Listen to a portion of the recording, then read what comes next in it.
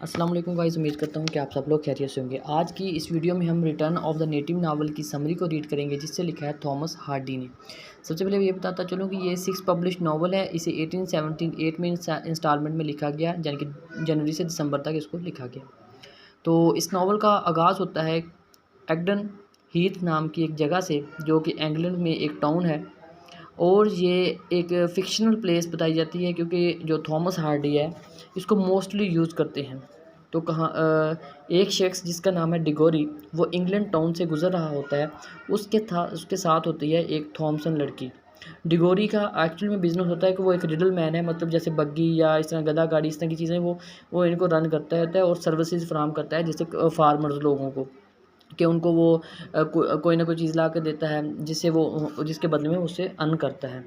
जो थॉमसन लड़की होती है उसकी शादी होने वाली होती है एक विल्डेम नामी शख्स से।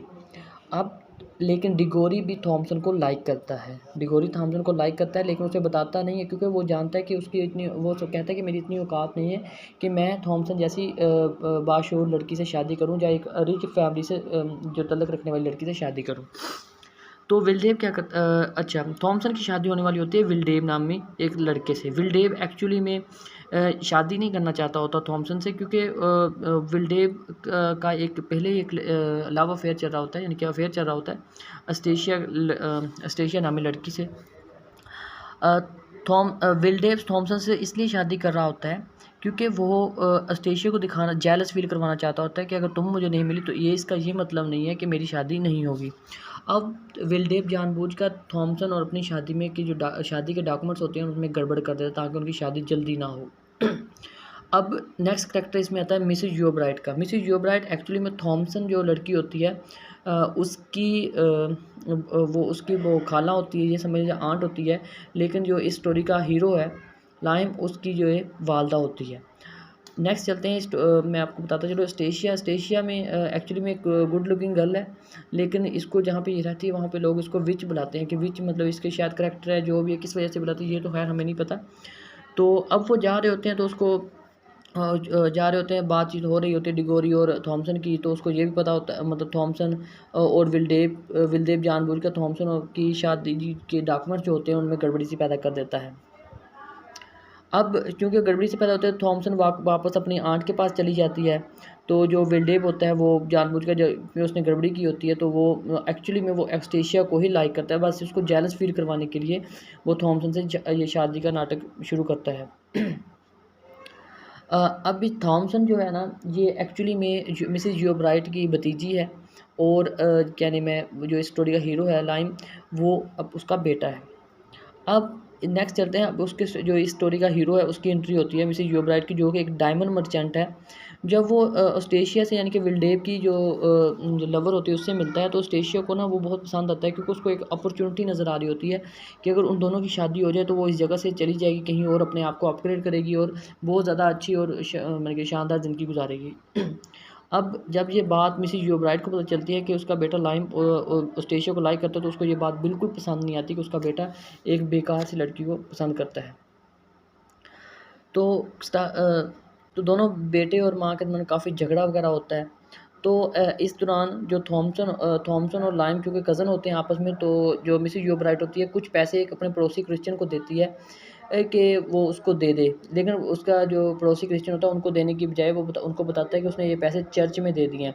तो जब चर्च में दे दिए, तो जो उसको समझ आ गई कि जो लाइम है, ये यानी कि उसका बेटा, वो ये पैसे ऑस्ट्रेशिया पर यानी कि उड़ा देगा। और विलडेव को दे दिएगा और ऑस्ट्रेशिया को दे देगा, दोनों पे ये पैसे उड़ा देंगे। अब खैर दोनों घर से भाग जाते हैं, ऑस्ट्रेशिया और लाइम, तो और दोनों की शादी हो जाती है। शादी के बाद वो एक कॉटेज में रहना शुरू हो जाते हैं।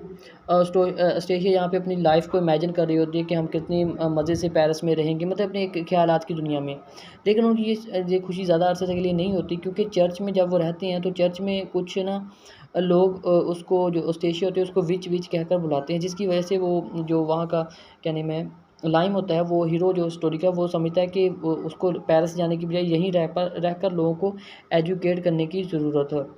अब यहाँ पे उसको अपना जो स्टेशिया उसको अपने डार्क साइड मतलब अपने लव की डार्क साइड नज़र आना शुरू हो जाती है कि उसने अब एक गलत आदमी से शादी कर ली है, जो इसे यहाँ पे लोगों की तरफ फोकस करता है। अब जो होता है लाइम वो बहुत ज़्यादा बिजी रहना शुरू हो जाता है, बहुत कम मुलाकात होती है उसकी स्टेशिया से। समझ लीजिए उनकी शादीशुदा ज़िंदगी एक तरह से ख़राब हो जाती है, क्योंकि वो अपनी पूरी जो होती है कोशिश होती है वो लोगों को एजुकेट करने में लगाना शुरू कर लेता है। अब इसी दौरान अस्टेशिया और विलडेव की दोबारा से मुलाकात होती है। अस्टेशिया और दोबारा मुलाकात होती है, लेकिन अब उनको फ़र्क नहीं पड़ता, क्योंकि विलडेव की शादी थॉमसन से हो चुकी है और जो अस्टेशिया उसकी शादी हो चुकी है लाइम से। अब इन दोनों को इस बात से कोई फ़र्क नहीं पड़ता कि वो शादीशुदा हैं कि नहीं है। अब इसी दौरान मिसेस योब्राइट के एक जानने वाले ने उन दोनों को मिलते हुए देख लिया, और वो मिसेस योब्राइट को जाकर सब कुछ बता देता है कि आपकी बहू मतलब आपके बेटे की जो बीवी है वो किसी गैर मर्द के साथ बाहर मतलब मिल रहे होते हैं। जो मिसेस योब्राइट है उसको ये पता चलता है, तो वो भागी चली जाती है अपने बेटे के घर की तरफ, ताकि उसको बताए कि ये क्या माजरा है, इस तरह क्यों है। उसको बहुत दुख होता है।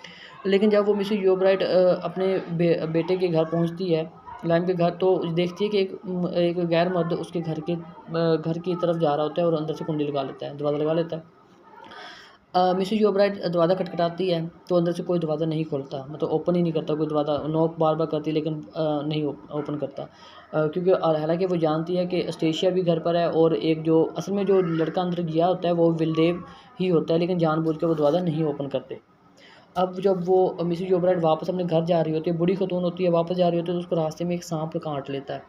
सांप काट लेता है, तो वो जहर की वजह से उसका जिस्म बिल्कुल नीला हो जाता है और वो वहीं पर मर जाती है। अगले दिन जब जो लाइम है उसको पता चलता है कि उसकी वालिदा की डेथ हो चुकी है, तो वो अस्टेशिया को ब्लेम करता है कि तुमने दरवाज़ा क्यों नहीं खोला। अब जब अस्टेशिया को ये पता चलता है, तो अस्टेशिया कहती है कि तुम भी तो दरवाजे के पास ही सो रहे थे, तुम क्यों नहीं ओपन कर सकते थे।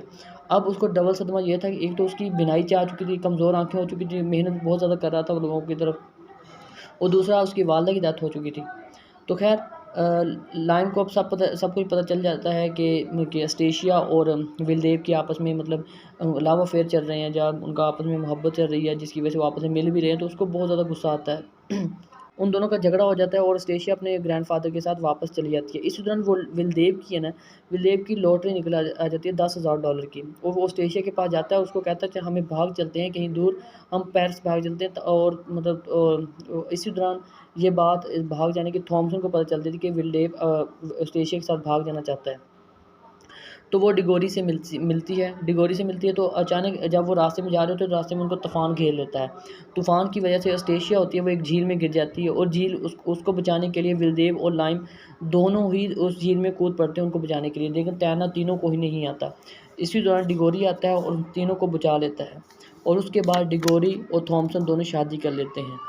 और इस और डिगोरी अपना बिज़नेस भी चेंज कर लेता है, मतलब वो रिडल मैन नहीं रहा, अब वो एक डेयरी फार्मर बन चुका है, और वो उसी से पैसे अर्न करता है। अस्टेशिया की यहाँ पे फिर एंड पे, क्योंकि वो डूब चुकी होती है, उसकी डेथ हो चुकी होती है। और जो स्टोरी का हीरो होता है लाइम, वो एक्चुअली में एंड पे प्रीचर बन जाता है, लोगों को वो ज्ञान वगैरह देता है, अच्छी-अच्छी बातें बताता है, क्योंकि वो अब अंधा हो चुका होता है। तो ये है एक स्टोरी की इस नॉवल की समरी। एक्चुअली में दिखाया गया है कि एक इंसान जब पैसा उसके पास आ जाता है, तो वो किस तरह अपने रिश्तों को भूल जाता है।